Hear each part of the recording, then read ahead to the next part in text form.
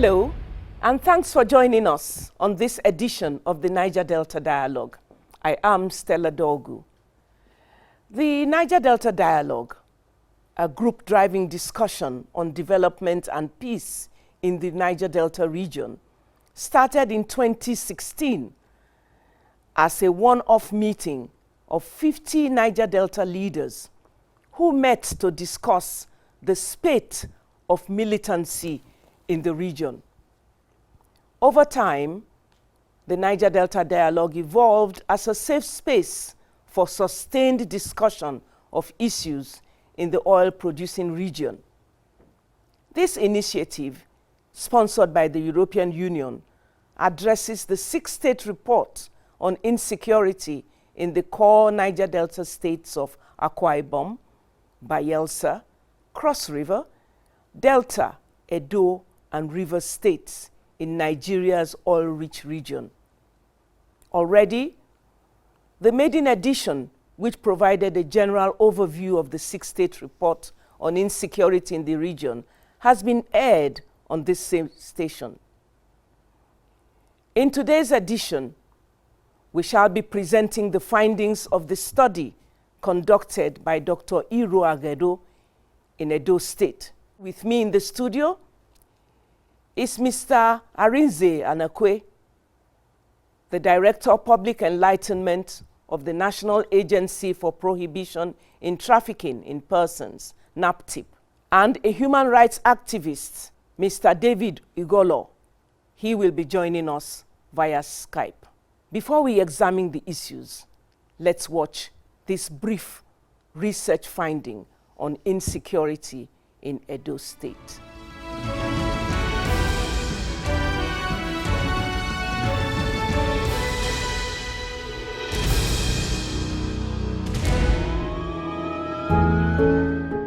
Benin City was the capital of the defunct Mid-Western region that was created in the First Republic and later renamed Bendel State in 1976.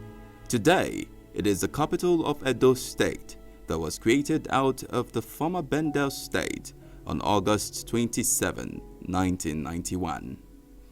Fondly known as the heartbeat of the nation, Edo, which is one of the oil-producing states in Nigeria's Niger Delta region, has a landmass of approximately 19,187 square kilometers. There are 18 local government areas in Edo State, but only 3 of them produce oil and gas. The records show that there are only 28 oil and gas producing communities with 204 oil flow stations in Ikboba, Oha, Ovia Northeast, and Orion local government areas. Though oil and gas production is limited to only 3 local government areas, with Orion accounting for about 70% of the output, crime rate is on an upward trend throughout the state. Dr. Iro Agedo is of the Department of Political Science in the University of Benin, and he led the team of researchers from the Niger Delta Dialogue, NDD, on a study of insecurity in Edo State. Edo is a very peculiar state because of the conflicts and violent crimes that occur here. A number of factors are responsible for those violent crimes and conflicts. One is the socio-economic factor, which has to do with the low level of industrialization of the state, which has resulted in a very high level of youth unemployment. The secondly is the politicization of insecurity in the state. Courtesy in the state has a lot of political interplays that politicians are really involved in sponsoring a number of court groups. We have taken it for granted all these years that traditional rulers, even security agents, that they're involved in peace building, in peacemaking. But until this research was executed, we did not know that some of them are also very much involved in promoting conflict and violence in the state. Some areas of the state are dominated by certain crimes and insecurities. For example, in the rural areas, herders' violence is very, very rampant across the state, including as far as Igara area, Otuo, and some other local areas. Then in the urban centers, Ekpoman, Auchi, and Benin City, court clashes are very, very dominant. Perhaps because these are the sites of tertiary institutions, University of Benin, Abu Saleh University, Ekpoma, and Federal Polytechnic, Auchi. So in these urban centers, court groups tend to dominate, and from time to time, they are engaged in violent clashes, leading to death and even displacement on some occasion. Edo State shares boundaries with Kogi, Ekiti, Ondo, and Delta states. This is according to the research report, also written by Ohai Osuma of the Department of Public Administration of Ambrose Ali University, Ekpoma, has led to an increasing link between crime in Edo State and criminal groups in the neighboring states. The state is a gateway state to the west, as well as to the east and even to the north. So because of that, some of the criminals that operate in the state, they're able to escape to other states. And some of the criminals that are also being hunted in the neighboring states, they tend to find refuge in Edo. We, until this report, did not know that criminals from neighboring states hibernate in Edo. When global attention was focused on the slave trade associated with irregular migration of Nigerian youth to Europe through Libya, all eyes were on Edo State. This is because of the thriving human trafficking business that the research has also linked to criminal violence. Edo South tends to be dominated by human trafficking compared to Edo North. Human trafficking and irregular migration is more rampant in Edo South than in the northern parts of the state. Edo State is also synonymous with the cultivation, production, and trafficking of illicit drugs, especially marijuana or cannabis, across its rural communities. It will therefore be difficult to separate the surge in violent crimes from the booming drug business in the state. As recent in 2019, Edo State reported the highest incidence of armed robbery in Nigeria. We know that the government cannot provide all the needed jobs, employment in the state, but the government has to provide the enabling environment for investors to come to the state, invest, and also ensure the protection of the investments. The security agencies, the police, DSS, civil defense, even in the vigilantes, they have to be carried along, they have to be empowered so that they can ensure a very high degree of peace and security in Edo State. This is very crucial because the arms and ammunition in the hands of the criminals, court groups, kidnappers, armed robbers, they tend to be far, far more sophisticated than those in the hands of the security agencies, and that is not good enough.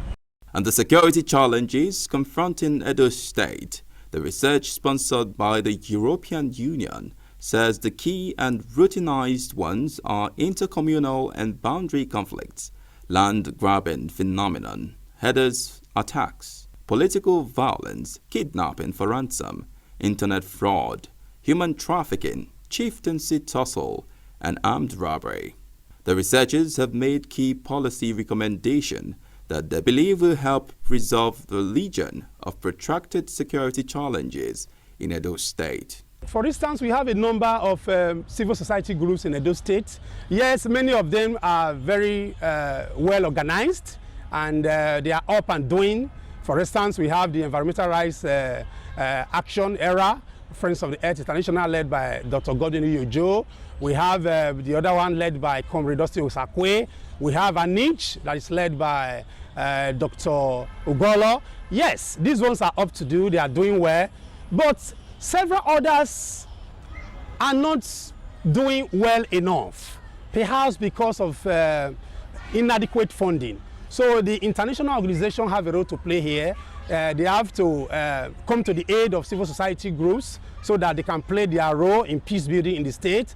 In addition to appropriate funding of civil society organizations, international organizations also have to train them so that they can execute their tasks effectively and even efficiently. Most of what has been recommended to be done in Edo State to reverse its disturbing security situation basically requires the political will of the government to lead the way. If I tell you the investment, the amount of money that has gone into this research, I mean money from NDD and from the European Union, you will marvel. So this is not an ordinary report. This is a report that should be taken very, very seriously. For example, in the last few days, Edo State has, Benin City especially, has been under siege of court groups. If you look at this report, this was predicted. The various stakeholders and the government should take this report very, very seriously, especially now that Obaseki has just started the second tenure of his administration. We want this report to be the Bible of the government and the other stakeholders. They should look at it very, very properly and ensure that the recommendations that are made here are executed very, very strongly. Edo State is, however, peculiar, and therefore there is need for strategic thinking on border steps to deter the outbreak of insecurity.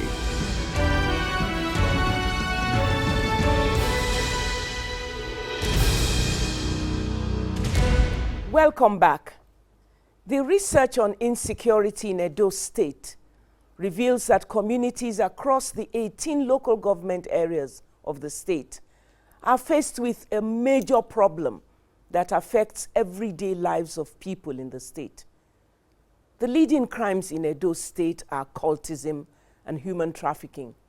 Others are kidnapping for ransom, internet fraud, cybercrime, armed robbery, herders attacks. All these are common to the state, including organized political violence, land grabbing, electoral violence, and thuggery. All these shape the landscape of insecurity in Edo State and poses a critical challenge for peaceful living and calls for urgent policy response by stakeholders and government in the state. Although different actors are involved in activities that perpetuate insecurity in Edo State, the study revealed that both formal and informal political actors, such as politicians, religious leaders, traditional rulers, who are supposed to reinforce security and mitigate violence, have colluded with non-state violent actors to undermine peace. The study recommends that the state government should go beyond mere impressionistic programs and psychological reassurances of telling the people after attacks that criminals will be arrested and prosecuted. The study also found out that this policy is very convenient but superficial and suggests a need for strategic thinking and bolder steps to better the outbreak of insecurity in the state. Welcome again to the program, Thank you Mr. so much. Orakwe. Thank you so very much.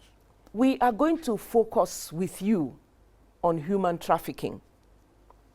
The report has stated that 63% of all illegal migrations take place in Edo State. Is this something that resonates with what you have found out in your agency? Yes, it does. But it's not just peculiar to Edo State. It is something that is common to every state now in Nigeria is endemic to human trafficking. The fact is that it picked up from there. And that explains the responses of all, the whole of government and the whole of society. When I mean the whole of government, I mean international partners, United Nations organizations, civil society organizations. They are all in Edo It's been a swamp of activities and responses to curtail this. The governor also is doing a lot of work. The governor is doing a lot of work, I must tell you, because now Edo State is the first state that has a state task force, not just an NGO, state task force that has the capacity to work with NAPTIP, that is funded from the coffers of the Edo State government, and are also working. So this multiplicity of interventions have actually brought about reduction. So they've moved into other nearby states, and we're also getting the state governors to intervene just like Edo. But unfortunately, Edo had been in the mainstream of a narrative of people talking about it. But that does not mean it's only Edo. Okay. My own state, Anambra State, has a problem of human trafficking. Delta State has a problem of human trafficking. The dimensions are different. The dimension might be local, but the fact that human trafficking is trafficking, it ends in exploitation. It started in Edo because Edo, everybody wanted out. But when we talk about that, it's not only Edo people that are susceptible to the triggers. Because what are the triggers? There's poverty, there's unemployment, and it's not only Edo people that lack employment. It's not only Edo people that are afflicted by the privations of poverty. So it's not only Edo. So I think that's a very good point to mention. Okay. And one of the things that the study said was that, just as you have highlighted, that human trafficking emanates from poverty. Yes. In Edo State, the study has told us that orphans, young widows, generally people who are vulnerable, who are deprived, are the people that you find that involve themselves in human trafficking. Yeah, they involve themselves because they are victims. They involve themselves because they are in the lack. They involve themselves because they are deprived. So people come and make offers, and the offer stems like, I want to help you. Now help, I want to help you. And you must understand that both the exploiters, the criminals who do this thing, are connected. They are not strangers. I will not come into your house to come and tell you rubbish if you do not know me, if you've not seen my face before. So they are either cousins or sisters or nephews or uncles or whatever. Yes. So, but the thing has now gone round, and that is the problem we have. And we keep telling people, everybody that cares to listen, that human trafficking is a clear and present danger. It has huge human security implications. People go out, you don't know what they're exposed to. They could be indoctrinated by any kind of crime or into any kind of crime. And when they come back, they want to take it back on a society that they feel they have not done anything for them, that have not protected them in any manner. So that is why we have all this kind of rubbish going on. And we keep speaking to governors, please, when we talk about economic empowerment must be such that it must be of external quality. Not just to go and buy Meshai or Kada, whatever. Those things are not long. They might be, in the interim, it might help. These are quick fixes. Yes. But have we thought about, we're talking about long-term, something that can be sustained. Education. Yes. Give people free, compulsory, effective, and education for the people. Because it gives them knowledge. It exposes them to skill. Do we even have skill acquisition programs for these people? We don't have.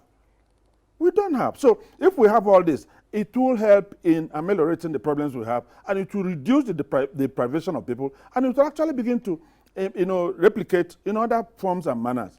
What has happened to farm settlements and all these things? Edo is so rich in agriculture. I even mentioned IOM has done a lot of intervention in Edo State. This has done a lot of intervention. You said has done a lot of intervention, and the interventions have been replicated by so many other organizations. Why is this not enough? Like you said, and from the study, we find out that 95% of all the households, maybe a generalization, yes, it is, of the households in Edo State have one person who is either a victim, a sponsor, a trafficker themselves. How does that jive with what you know, and how do we want to mitigate all of these? The last time we had a conversation with the Archbishop of Abuja, His Eminence John Cardinal Onyeika, and he kept on saying, Europe must do something about prostitution, because that is the quickest and safest place where these girls or whatever are dumped. because prostitution is free. To get To- free job, free free employment. Job. Yeah, not even the criminals actually are the ones who deploy them there. You know, so when we say the number, the statistics, I don't know because I didn't know who conducted that research. If you say 97%, that is huge. 95. 95%, that is Of huge. That means most there's of no the young families, person. yes. That means there's no young person in Edo State as we speak. No, what it's saying is that at least one person is involved in 95% of the families in Edo as either a victim, either a trafficker, or a sponsor. I cannot substantiate that statistics because one, it's huge, and I don't have any veritable evidence to put and say this is what it is. But I know that one child enough out as a Nigerian is enough for government to take an action. Thank you very much, Mr. Orakwe. Thank you. Thank you very much for this enlightenment.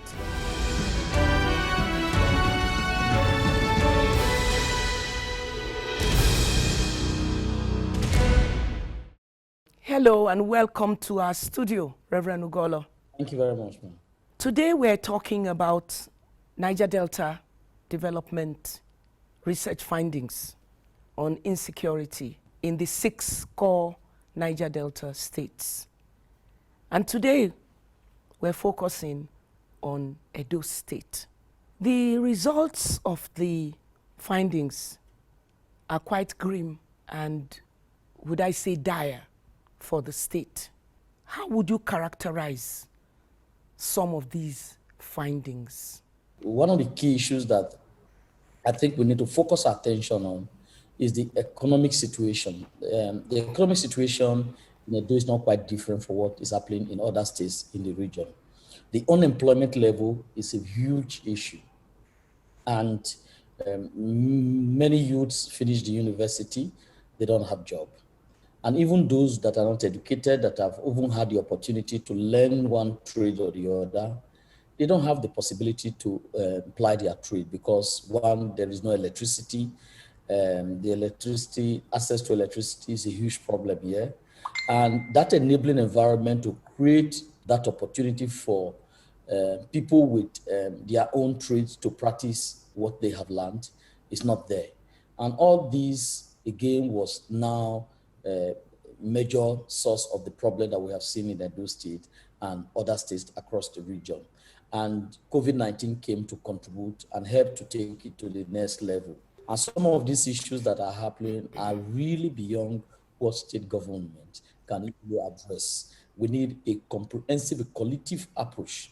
And that approach is what is required, all stakeholders. And that's why this report is really, really timely, particularly against the background of the Nigerian government have confirmed now that the country economy is undergoing recession the second time. We fail to properly put into perspective the role that cultism, I want us to focus a little bit on cultism. Complex situation is that politicians who has power, most of them are involved. And cultists are used as instruments, as tools to undermine political opponents. And so the solution that was applied in university, in the secondary school, might not be applicable because of the obvious power behind some of these cultists. Politicians use them during the political campaign, and they are very efficient in delivering to the politicians. And the politicians have political power. They are well placed in a strategic position. And so if a particular court group has their leadership connected with the power that is in existence, it becomes more complex. Even the police, the law enforcement agency are in a difficult situation because anytime they are arrested, you found that either people hide there, call the police commissioner, please release those boys. And if we are to address this problem squarely, then we should look the sponsor of this court group. They have patrons, and the patrons are in the high places. The police cannot claim ignorance that they don't know those who are involved. But unfortunately, you will never find police making any arrests. That encourages impunity. So if we want to start to solve the problem, is the first to reverse that culture of impunity. Those that are involved need to be properly identified, exposed, and prosecuted. And brought to book, yes. Our justice system must be reformed in a way that those that are involved in courtesan must be brought to justice. You need a political support. You need to create a political framework for it to happen. Unfortunately, governors don't have the political power to control the police. The police commissioner is not answerable to the governor. The police commissioner is answerable to the IG and the federal government. And courtesan is at the state level. And when the court war starts in Edo State, the people in Abuja do not feel the impact. And so, viewers, this is where we draw the curtain on today's program on the NDD research findings and recommendations for Edo State. I hope that you have joined in the conversation and that all of us, not only those in Edo State, will begin to look for ways to solve this intractable problem of insecurity, not only in Edo State, but across the 6 core Niger Delta states. Until we come your way again, this is Stella Dogu saying bye for now.